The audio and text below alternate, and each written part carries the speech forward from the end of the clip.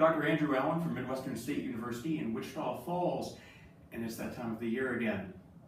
You guys have begun the school year, you've begun marching band, and you've begun thinking about starting work on these all-state etudes.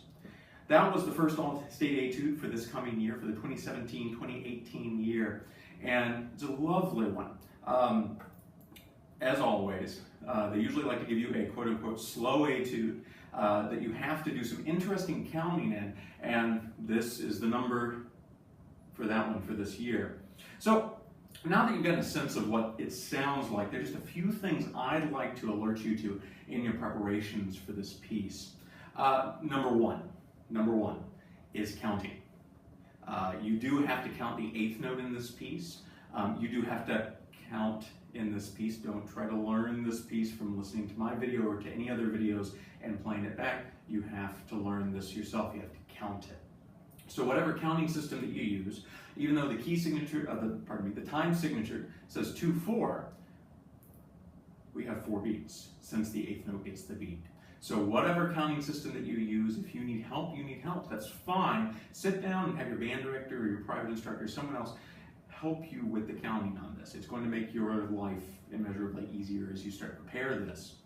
A couple other things to think about on this piece are dynamics. Hopefully you heard when I played that there were a lot of dynamics, there was a lot of energy throughout the piece, and that is so important. If you look at the score, if you look at this etude, there are so many crescendos and decrescendos, all kinds of little indications that you need to change your dynamics as you go.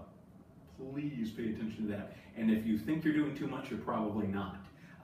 We get used to not playing quite enough contrast in our pieces, so I would encourage you to explore the limits. If it's too much, your teacher, your band director will let you know. Probably won't be. A few other things to think about on this. There's so many trills and so many grace notes in this piece, and so many students get very worried when they have to perform these. All too often I hear trills that sound very frenetic, very frantic. You're trying to like squeeze the horn to death. Don't do that. Normally, trills are very light, especially in the context of this piece, and you don't have to put a million of them within the note. If you notice, a lot of these, probably one of the more complicated technical aspects of this piece, there are several times where you have trill followed by graces. Don't crowd the graces. Make sure there's plenty of time left at the end of that little trill that you can move on.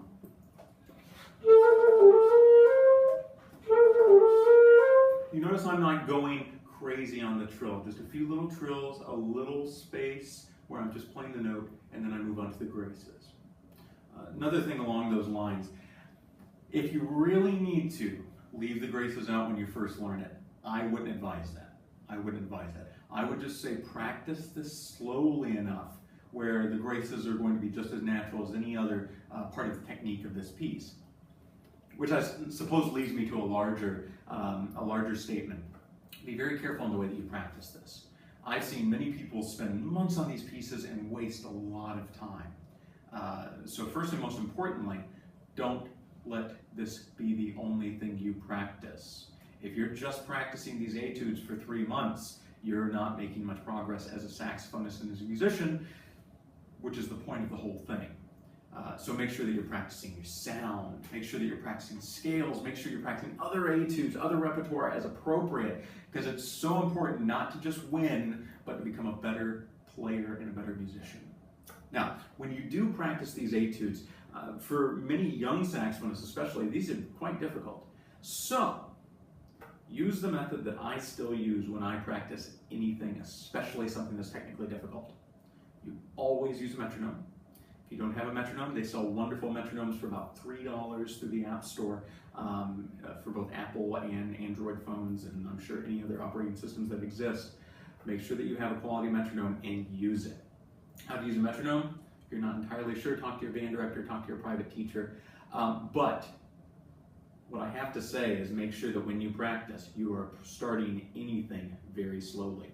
A piece like this, I would put the eighth note on probably 40, and then add the subdivision for the 16th, and go very slowly, take it in a couple bar chunks, maybe a phrase at a time, but go very slow, slowly build up, and take it in small chunks. I hope with those couple pieces of advice, this piece is easier for you as you work on it. If any of you have any questions, please contact me through my website, alansax.com. Please contact me through email, andrew.allen@mwsu.edu. I'd be happy to meet you, happy to speak with you, and happy to hear you play. Best of luck.